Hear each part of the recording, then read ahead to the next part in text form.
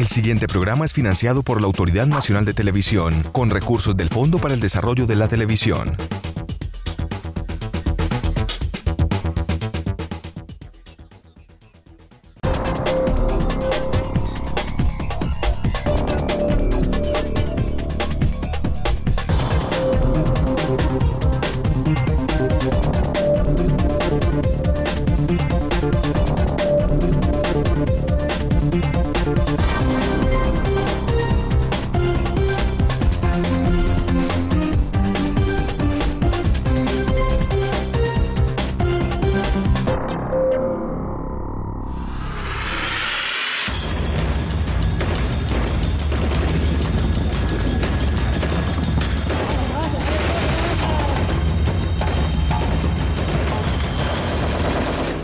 Nosotros siempre hemos dicho no hacemos la guerra por la guerra. Lo que buscamos es eliminar lo que ha generado esa guerra.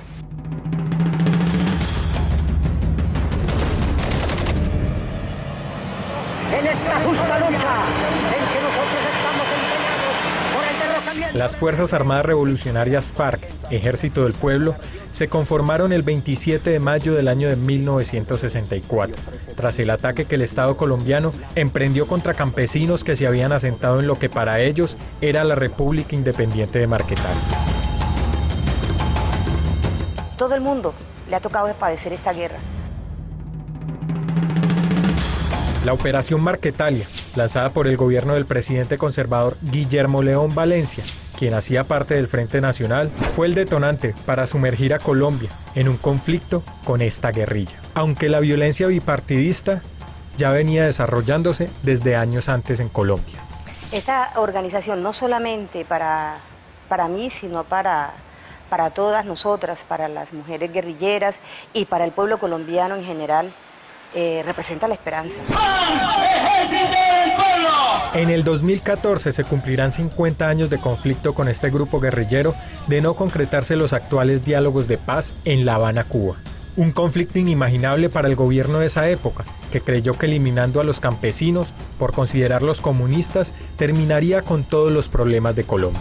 Nos fuimos nosotros los que quemamos el primer disparo. Los muertos, los delitos de lesa humanidad y el número de víctimas son incalculables. Hoy Colombia se muestra ante el mundo como un país que tiene uno de los conflictos internos más largos en la historia de la humanidad.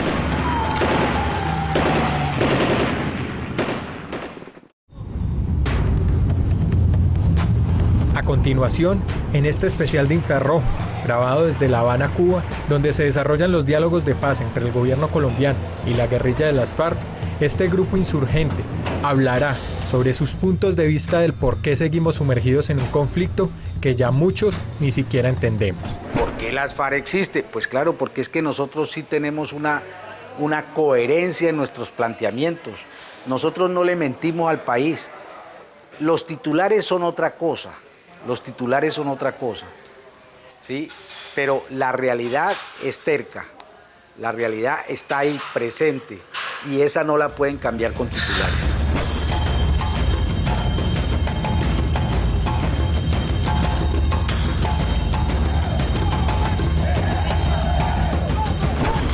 Las FARC-EP, la otra cara del conflicto colombiano.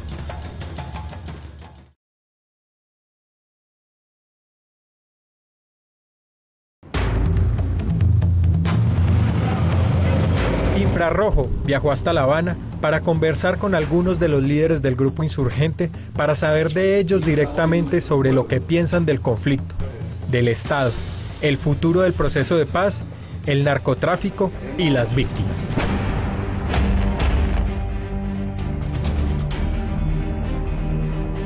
La lucha de nuestro pueblo, la resistencia de nuestro pueblo no empieza en el 64, empieza mucho antes. Y para no irnos a la historia patria de las resistencias indígenas, de las resistencias comuneras, de las gestas del Ejército Libertador,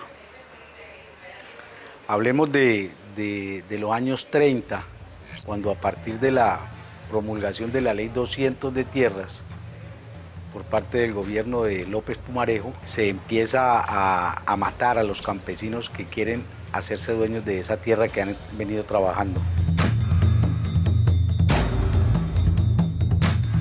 Inicialmente se dice que la fecha oficial del origen de la violencia en Colombia es el asesinato de Gaitán. Pero si uno lee la historia, encuentra la marcha del silencio, por ejemplo, la oración de la paz de Gaitán, ¿y es contra qué? Es contra esa violencia ejercida desde el poder. Ejercida desde el poder. Y eso, digamos que va transcurriendo hasta que encontramos un grupo de campesinos que son agredidos en un mal cálculo militar y político de la prepotencia gubernamental, de la prepotencia de los Estados Unidos. Entonces era la erradicación supuestamente del comunismo. Todo aquel que desde el pueblo pretendiera mejorar sus condiciones de vida, inmediatamente era señalado como comunista, portador de ideas foráneas, y por lo tanto había que acabarlo. Y ahí surgen las FARC respondiendo a esa agresión. Yo creo que yo no nací para guerrillero. Tengo la convicción de que yo no nací para guerrillero. Y mire, terminé de guerrillero. Mis sueños eran otros, no ser guerrillero. Y terminé de guerrillero. Y no me obligó la guerrilla a venirme para acá. Me obligó el Estado. Entonces ellos dirán, no, es que allá los guerrilleros están obligados. Bueno, pero especifiquen quién los obligó a venirse para acá, porque no es la guerrilla. Aquí 200, 300 hombres obligados y armados no los tiene nadie, pues. En mi caso personal, me refiero, yo tengo militancia política desde muy joven.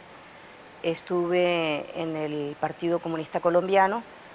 En la época de la Unión Patriótica se produce toda esa arremetida criminal, toda esa mortandad de dirigentes y de integrantes de la Unión Patriótica. Sucede lo de Jaime Pardo Leal, lo de Jaramillo, lo de Antequera y de 5.000 muertos más que le siguieron. Y pues eso, por supuesto, que lo afecta a todas las personas que estábamos de una u otra manera en la actividad política, en el activismo, en el debate político práctico. Y en esa medida, pues, se toma la decisión, porque también hay persecución hacia la misma persona. Las FARC en este momento no es una guerrilla, no es un aparato armado. Las FARC tiene además unas milicias. Las FARC tiene además, el movimiento fariano se constituye también del Partido Comunista Clandestino, que son hombres y mujeres que comparten nuestras ideas, que comparten nuestra lucha, pero por una u otra razón no son guerrilleros. Pero hay algo mucho más amplio, que es el movimiento bolivariano por la Nueva Colombia. Esa arremetida antipopular, que por ejemplo en el caso colombiano se desató a partir del asesinato de Jorge Eliezer Gaitán en 1948, que pararan las masacres indiscriminadas del ejército y la policía oficiales, de los ejércitos paramilitares de la época que se hacían llamar chulavitas, de los famosos pájaros que masacraban de las formas más miserables que creo que la historia de América Latina conozca. El corte de franela, el corte francés, el desmembramiento delante de la familia, las violaciones masivas. Y cuando eso además empieza a inundar al país, hay un argumento muy fuerte, digamos, en el inicio de la confrontación, que creo que le da legitimidad, mucha legitimidad a la lucha de las FARC. Y es que hasta último momento, hasta el 27 de mayo de 1964, las FARC, o lo que sería las FARC, el grupo de hombres y de mujeres que conformaría la organización, hicieron su mayor esfuerzo para que esa guerra no se iniciara. Pero el Estado colombiano, creyendo que tenía la fuerza para aplastar a ese grupo de dignos colombianos que se negaban a ser arrasados, creyendo que el poderío militar podía amedrentar las ideas de una Colombia distinta, más justa, pues decidió lanzar la ofensiva. Y se desata un conflicto, se desata un conflicto que para nosotros está claro que ha sido muy doloroso para todos. las causas del conflicto. El conflicto en Colombia tiene unas causas que son económicas, son sociales y son políticas. Si en un país hay una gran desigualdad social y hay una exclusión social, pero también no hay democracia, porque hay un sistema y al mismo tiempo hay un sector de esos colombianos que vienen haciendo y acumulando capital a través de la misma violencia y negándole los derechos a una gran mayoría de colombianos, le han restringido las posibilidades de participación política a esa gran mayoría de colombianos. En Colombia, los grandes dueños de la tierra se han hecho a esas tierras a través de la violencia. Nosotros no somos violentos por la naturaleza. Nosotros somos una respuesta hacia la violencia, es decir, nosotros somos consecuencia de esa violencia. Por eso hasta que no se eliminen y no se superen esas causas, pues no desaparece el conflicto. La paz es la única posibilidad que nos permite a nosotros los colombianos desarrollarnos y tener un país más próspero. Pero la paz con justicia social, o sea, no la paz así como la están concibiendo algunos sectores, que es la pacificación. Entonces ustedes desmovilícense, entreguen las armas, paguen unos cuantos días de cárcel y las cosas que sigan tal como están. Es decir, esa no es paz, esa es claudicación, es sometimiento, que es diferente a una paz donde se construya un país y se construya un país con una sociedad donde quepamos todos. Nosotros en las FARC, Ejército del Pueblo, tenemos un plan, ¿sí? El plan estratégico que se llama Campaña Bolivariana por la Nueva Colombia. Y ahí se contempla el objetivo a través de 2 vías, o la insurrección, producto de la confluencia de la lucha guerrillera con las luchas sociales, o la consecución de la paz a través de unos diálogos para seguir haciendo la política nuestra, pero sin necesidad de las armas. Usted recuerda que quien ha sido el principal promotor de la guerra en Colombia han sido los Estados Unidos. Esa injerencia ha sido nefasta para nuestro pueblo. Por eso nosotros saludamos positivamente las declaraciones que acaba de hacer el jefe del Departamento de Estado. Consideramos que Estados Unidos tiene mucho que aportar a la paz en Colombia, que debe frenar la ayuda para el Plan Colombia, la cuestión del entrenamiento militar a las unidades militares del ejército oficial, lo mismo que sería una gran ayuda, el retiro de las bases militares que todavía subsisten en nuestro país, los asesores militares que tienen aquí y la entrega de armamento al ejército colombiano, igual que los dineros que van para el Plan Colombia.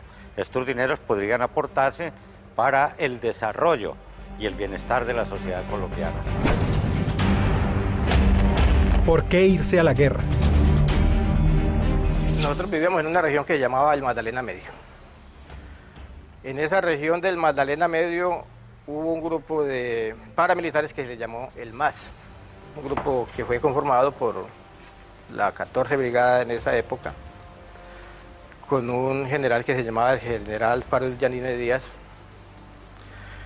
Y ese grupo que se llamaba el MAS comenzó a matar a todos los campesinos que estaban en determinada región del Magdalena Medio, Puerto Boyacá, Puerto Berrío, Yondó, Puerto Nare, la región de Cimitarra, es decir, a ambos lados del río Magdalena. Eso se volvió tan difícil que la gente, los que no se fueron, les tocó integrarse a la organización armada.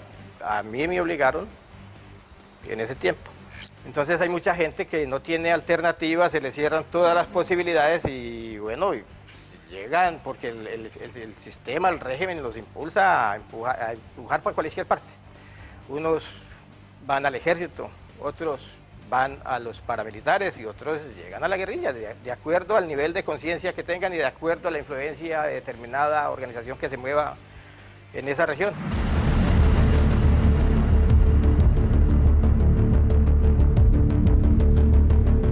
gente en esencia es pacífica, pero cuando lo arrinconan, cuando al pueblo lo arrinconan y no hay otra forma, dice, bueno, pues ya me voy a morir de hambre, ¿sí? O me van a asesinar, o me voy a morir de cualquier otra cosa, pues mejor me muero peleando.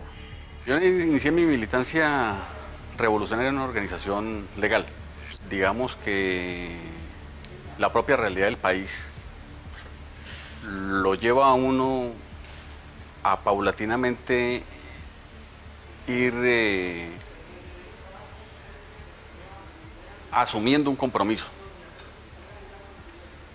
contra la injusticia, contra la miseria, contra la explotación, contra la violencia que el Estado colombiano ha ejercido durante tanto tiempo contra nuestro pueblo. No es un paso fácil, digamos, no llega uno a las armas por decisión propia, no es un problema de aventurerismo, no es un problema de que alguien decida cualquier día que la lucha armada porque esa noche se acostó y lo meditó es la mejor solución, sino que es la propia realidad la que te va llevando a eso, a esa conclusión desafortunada de que si no son las armas, en Colombia es imposible hacer política de oposición.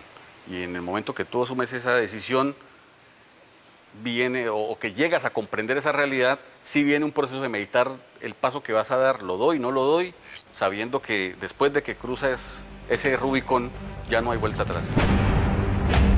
Su financiación.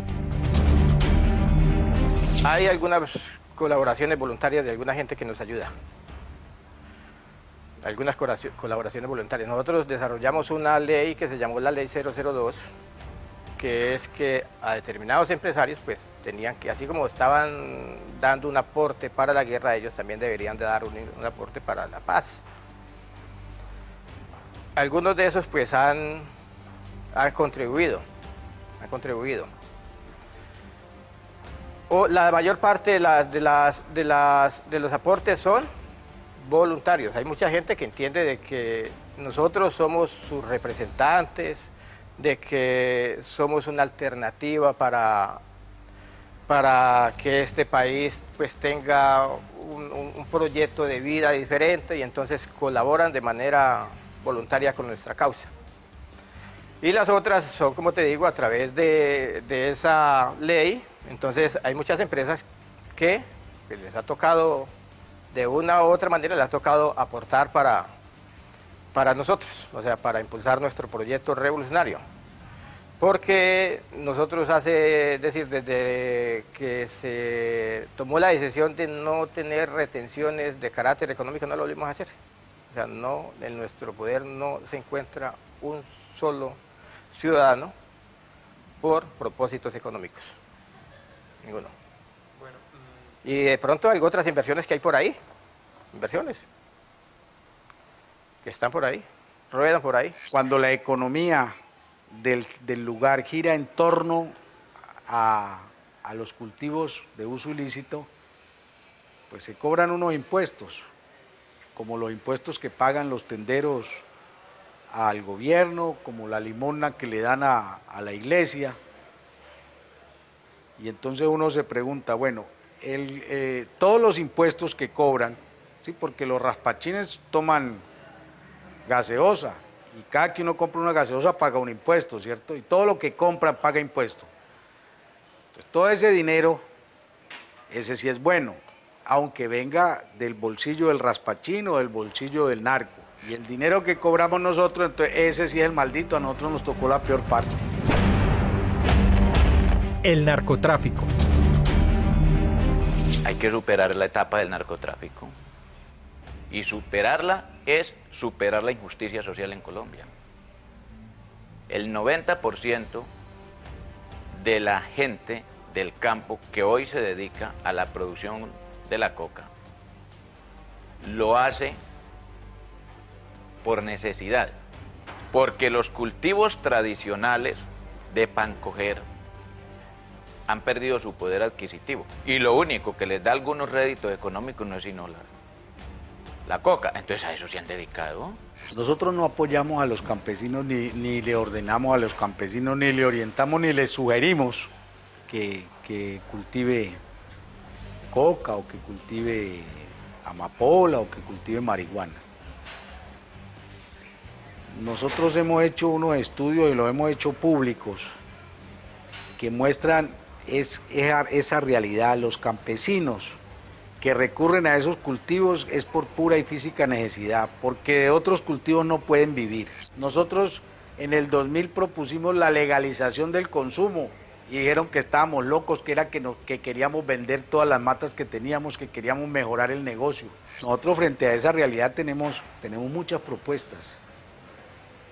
La sustitución de cultivo, nosotros decimos, hombre, dele la posibilidad al campesino que viva de lo que cultiva. Esa es la idea frente al tema del narcotráfico, que nos han dicho, nos seguirán diciendo, porque es que eso es uno de los problemas de esta guerra, ¿sí? Que es el manejo de la calumnia, el manejo de la estigmatización, el manejo de la satanización del contrario, ¿a través de qué? No a través de la realidad, ¿sí? Sino a través de los medios. El narcotráfico es decir, es inherente al capitalismo. Tiene lo mismo causas sociales. O sea, ningún campesino se va a poner a sembrar este tipo de cultivos si tiene otras posibilidades de sembrar cosas que él vea que son pues, más beneficiosas para la sociedad. Por ejemplo, no va a dejar de sembrar yuca si la yuca es rentable, o no va a dejar de sembrar cacao o café si él ve que es rentable. Pero como hay un abandono por parte del Estado hacia la gente del campo, es decir, hay una exclusión en todos los sentidos, aparte de que hay una política también represiva, entonces a esta gente la han venido impulsando cada vez más lejos de las carreteras y de los centros de producción, digámoslo así, de los centros urbanos. Entonces esta gente no tiene otra alternativa sino sembrar este tipo de cultivos no tradicionales, de la coca. Nosotros nos movemos en varias regiones, pues claro, nos movemos en las regiones más marginadas del país, y esas regiones, pues, hay gente que le toca sembrar esto porque no tiene otra alternativa. Esto es un fenómeno social, hay que resolverlo resolviendo los problemas sociales, es decir, ¿cómo se resuelve el problema del narcotráfico? Legalizándolo para que pierda el incentivo económico. El narcotráfico ha servido de combustible y de forma de financiaciones para el paramilitarismo. Es decir, los paramilitares utilizaron el narcotráfico para financiar ese proyecto contra insurgentes. Sobre ese tema de narcotráfico nosotros pudiéramos hablar 2 días sin parar, pero le voy a dar 2 elementos. Primero, después de la industria del petróleo y de armamento, el tercer negocio mundial es el de narcotráfico. El narcotráfico en este momento está moviendo 680.000 millones de dólares. Para América Latina revierten 20.000 millones. Para Colombia, 4.000 millones de dólares. ¿Quién está haciendo el gran negocio del narcotráfico? Son los países del primer mundo. Ellos son los principales consumidores. Ellos son los que producen la cuestión de los precursores químicos. Ellos son los que le venden el armamento a los narcotraficantes. Ellos son los que hacen la cuestión de corrupción. Y sin embargo, todo el agua sucia reviente sobre nuestro país. Nosotros no tenemos mucho que hablar. No estamos ni somos un cartel de la droga.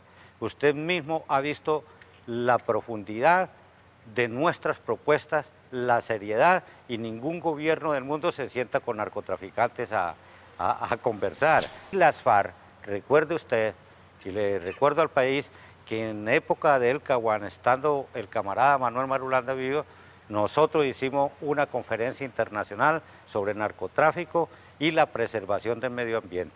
En ese momento le pusieron un collar bomba a la señora Elvira Cortés para sabotear eso que nosotros decíamos. Entonces nosotros tenemos armado un documento muy serio que ayudaría a Colombia en el sustituto de cultivos ilícitos, pero donde estamos también dispuestos a trabajar con los Estados Unidos y con la comunidad internacional para una solución, digamos, democrática, nacionalista, en cuanto al problema de las drogas en Colombia. El reclutamiento. Las FARC son un grupo reducido que alcanza apenas a 8.000 unidades, compuesta según los cálculos de 6.000 menores de edad, reclutados a la fuerza. son todas afirmaciones de la gran prensa. Y no solamente eso, yo leí ahora un titular que dice que estamos cobrando 40.000 pesos diarios para el que no va a la marcha y que si no los puede pagar en efectivo, entonces tiene que pagarlo en comida para mantener a los de la marcha. Pero todo eso son mentiras. Eso es, o sea, uno no puede obligar a nadie a hacer lo que no quiera, porque o lo hace mal hecho o no lo hace, se vuela. Eso es lo mismo que el tal reclutamiento obligatorio, forzado, eso no lo puede hacer. Nosotros a nadie reclutamos de manera obligada, es decir, es difícil que a usted se lo lleven para una organización armada, donde vas a estar armado y que te tengan obligado, pues te tendrían que tener desarmado y amarrado, en el caso de nosotros, es decir, detenido. En Colombia la burguesía tiene una doble moral, porque dice que les duelen los niños, pero entonces uno ve que la gran mayoría de los niños no tiene posibilidad de estudio. La gran mayoría de los padres de esos niños no tienen posibilidad de trabajar, no tienen tierra. Entonces son niños que están sufriendo pues una situación muy terrible, el hambre, la desnutrición. Hay muchos niños que están totalmente abandonados por parte del Estado. A nuestras filas, es decir, no es política nosotros reclutar niños, no es política. A veces hay niños de, digámoslo nosotros, de 14 años, pero es una excepción, de huérfanos, que buscan inclusive alguna protección por parte nuestra. Nosotros a veces a muchos les hemos ayudado para que se sostengan por ahí. Han perdido a sus padres, a sus familiares, han quedado ambulantes, entonces llegan, pero no es una política nuestra, es decir, es una excepción de 1001, podríamos decir, de 1001. Nosotros reclutamos jóvenes de 15 años y medio, 16 años, ya más o menos con cierto uso de razón, pero que tengan cierta actitud mental y físicamente, pero no niños. Inclusive el ejército trata de bregar a infiltrar adolescentes y niños a nuestras organizaciones adoctrinados para que lleven información, pero nosotros no es nuestra política, no es nuestra política reclutar niños. Por eso tiene que responder el Estado. El cese al fuego. Es que ese es el problema de dialogar en medio del conflicto. Y además es el problema que se nos presenta porque se tergiversa y se manipula la realidad. Son acciones de guerra. Estamos en guerra, pues son acciones de guerra. ¿Sí? ¿Qué podemos hacer? Insistir en que se cree un medio ambiente para la paz, firmando una tregua, acordando una tregua bilateral, ¿no? Para que no haya acciones de guerra, y ahora sí, quien cometa ese tipo de acciones, quien haga ese tipo de acciones, pues entonces que responda. Pero mientras tanto no es posible. Mientras tanto lo que se convierte eso son en pretextos, porque ¿quién califica si hay una acción o no una acción de guerra? Es que no es posible seguir entonces 30 guerrilleros dados de baja y al otro día 5 soldados asesinados, si son acciones de guerra, ¿no? Entonces, ¿cuál es la solución? Hombre, vamos a mirar la tregua, vamos a ponernos de acuerdo para que no haya acciones de guerra. Las FARC son conscientes de que a la fecha no hay vencedores ni vencidos y que la lucha continúa. No de otra manera se puede interpretar el empecinamiento del señor presidente Santos en no aceptar la tregua bilateral que desde nuestras filas le hemos propuesto con generosidad y patriotismo. Las víctimas. Las FARC jamás ha tenido como filosofía atacar a la población civil. Si en algunas circunstancias han habido víctimas civiles por acciones de las FARC, han sido circunstancias que se nos salen de las manos, que no han sido premeditadas. Es una situación que se nos puede presentar de manera accidental, que en el momento que nosotros ataquemos una patrulla militar o un puesto de policía, de manera desafortunada haya un civil, un niño y sea víctima, pero no es una cuestión premeditada, no es una política de las FARC atacar a la población civil. De hecho, pues luchamos en defensa de la población civil, luchamos en defensa de esa gente, ¿cómo la vamos a atacar? Es indudable que un conflicto que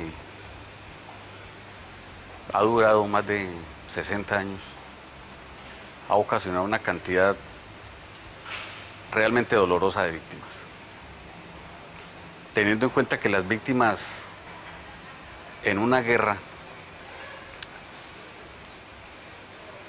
su sufrimiento es particularmente fuerte, porque es muerte, es sangre, es violencia, a unos niveles a los que nosotros estamos absolutamente seguros no debería llegar ningún tipo de confrontación política. A la guerra solo se debe ir desde una posición revolucionaria cuando no quede otra alternativa. La respuesta nuestra es una respuesta que consideramos totalmente justa, totalmente justa. Desatadas las hostilidades, empiezan a surgir víctimas, pero ya no de un solo lado. Es que es algo que nosotros consideramos que debe ser tenido en cuenta, porque cualquier posibilidad de solución incruenta a este conflicto tiene una parte que podríamos llamar técnica, pero tiene también una parte que podemos llamar de principios. Y algo que debe quedar sumamente claro desde la posición nuestra para todos es quién inició la guerra, por qué se inició esa guerra y por qué no ha sido posible detener esa guerra. Todo el esfuerzo que se hizo para que esa guerra no se iniciara, porque nosotros sabíamos que iniciada esa guerra ya no iban a morir únicamente de una sola parte, de un solo lado. Cuando se inicia una guerra, dicen que cuando se inventaron las armas se equipararon los hombres. Cuando ya no es plomo de un solo lado, sino que es plomo de lado y lado, pues lo que sucede no es, lo que sucede es que aumenta la cantidad de las víctimas. El tema de víctimas y lo que tiene que ver con la cuestión jurídica debe ser discutida por las partes en la mesa de diálogos. Este punto no se ha iniciado y ahí nosotros creemos que Colombia y el pueblo colombiano tiene que asumir una, posición soberana, sin injerencia de ninguna potencia extranjera, ni tampoco de formulaciones de carácter, de justicia transnacional.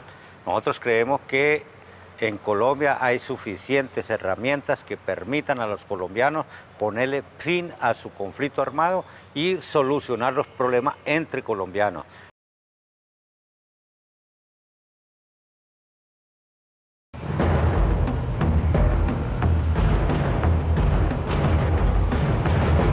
El pasado 23 de agosto, las FARC-EP hicieron un receso en la mesa de diálogos con el gobierno debido a que este último presentó un proyecto de ley para que el pueblo colombiano refrendara lo que se acordara entre las partes en La Habana frente a un eventual proceso de paz. La delegación de paz de las FARC-EP ha decidido hacer una pausa en la discusión de la mesa para centrarse exclusivamente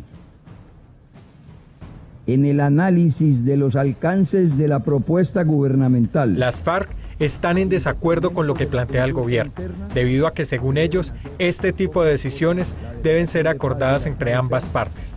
Las FARC-EP plantean, en cambio, una nueva constituyente. Nosotros no estamos proponiendo una Asamblea Nacional Constituyente para volver la Constitución al revés, tampoco para hacer una Constitución socialista, ¿no? Porque sabemos que en la mesa no hay revolución. Pero así como tenemos claro que en la mesa no hay revolución, también tenemos claro que en la mesa no nos van a derrotar. Los diálogos son producto de que no hay ni vencedores ni vencidos. Entonces vamos a acordar, hay que hacer unos cambios. Entonces, ¿qué vamos a cambiar de la Constitución? Hemos hecho propuestas.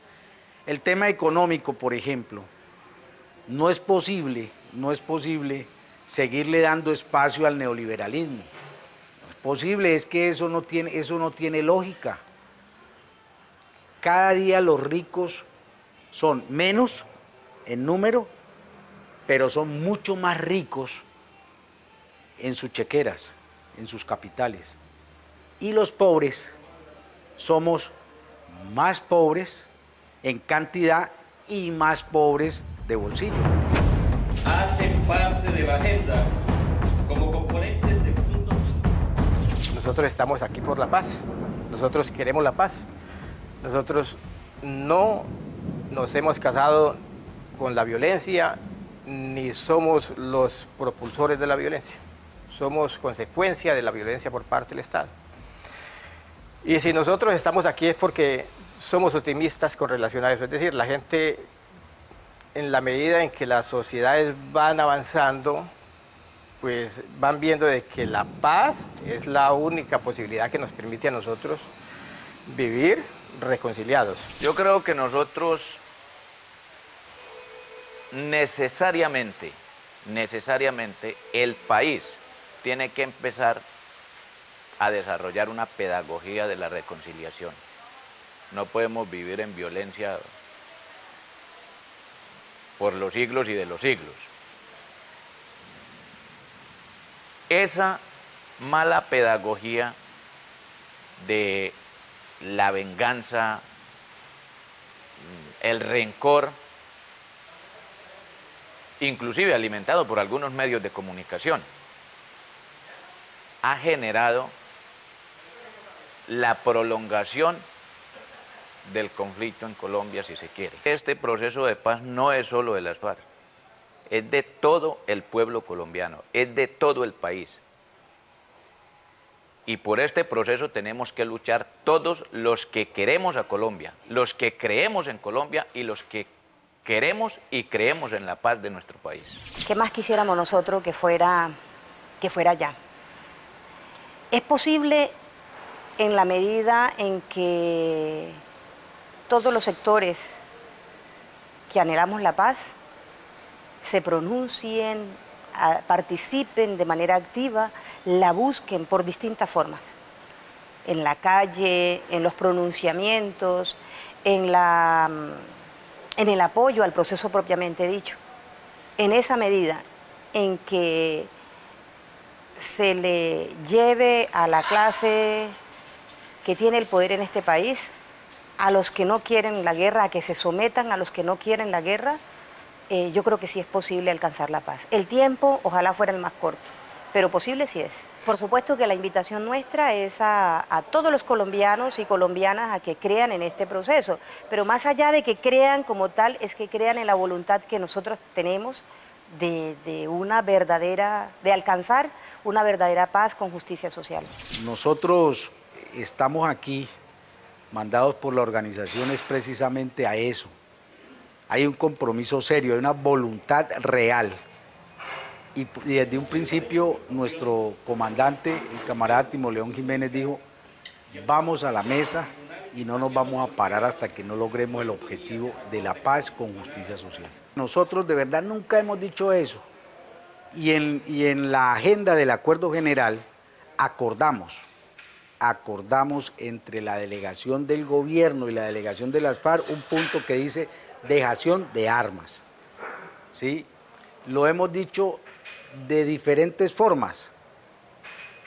La última, hace poco, una entrevista que hizo por radio el camarada Timo León Jiménez, nuestro comandante, que dijo: no, es que nosotros no tenemos miedo, avancemos y llegará un momento en que las armas no son necesarias. ¿Sí? Andrés París dijo: no van a tener la foto de las FARC entregando las armas, y sí, eso es cierto, pero eso no quiere decir que no las vamos a dejar. Cuando no las necesitemos, ¿para qué? Si logramos construir un acuerdo que nos conduzca a la paz, entonces las armas no van a ser necesarias. Nosotros decimos que ese marco jurídico es un embeleco que se inventó el gobierno.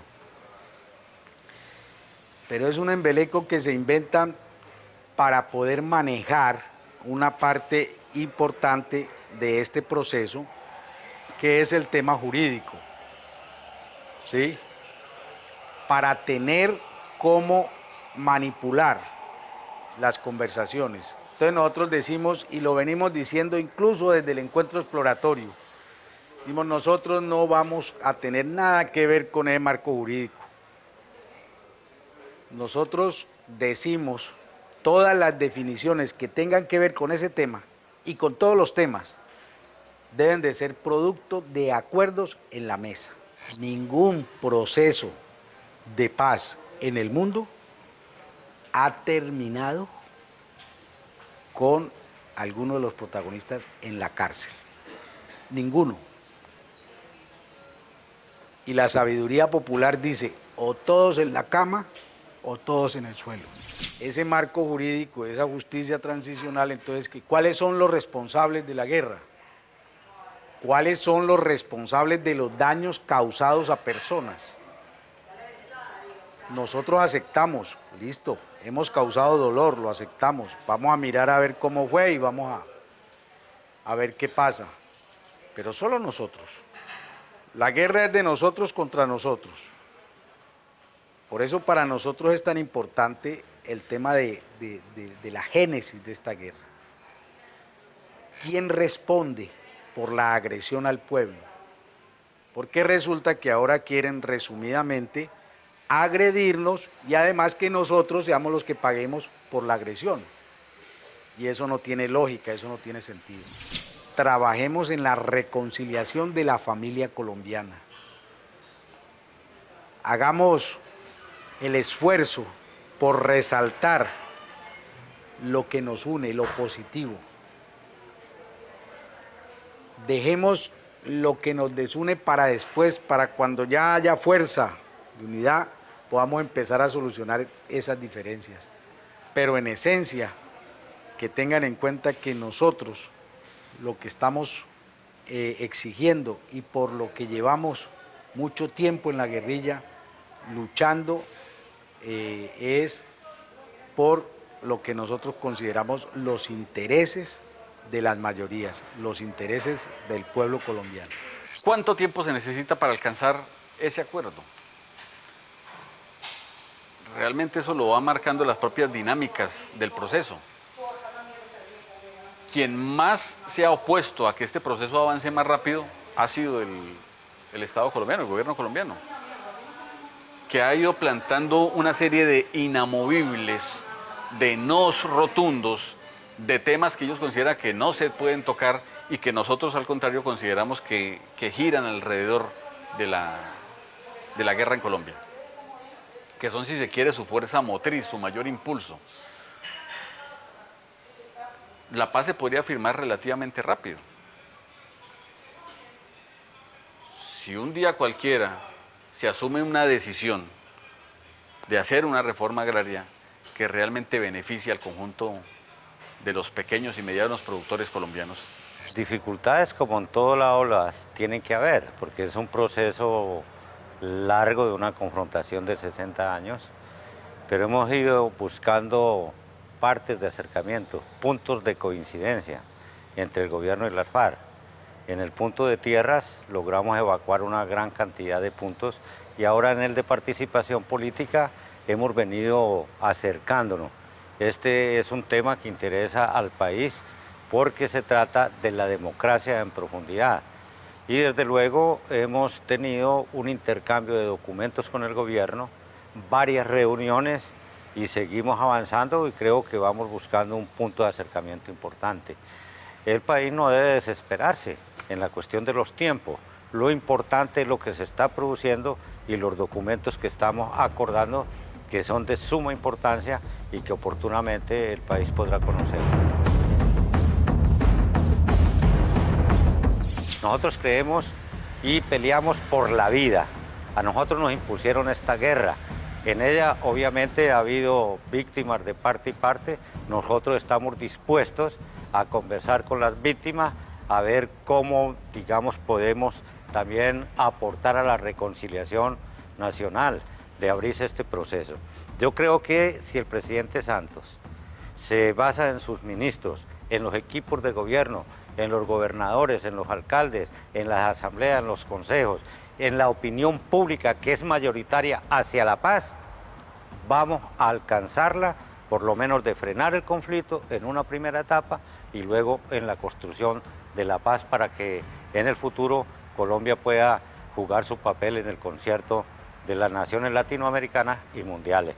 Nosotros somos moderadamente optimistas, estamos trabajando con mucha responsabilidad, hemos puesto en la mesa más de 100 propuestas en la cuestión de tierras y ahorita llegamos más de 50 en la de participación política. El pueblo colombiano debe movilizarse como lo está haciendo en defensa de la paz, en defensa del proceso de La Habana y que contamos además con todo el apoyo internacional, que esto no había ocurrido en procesos anteriores.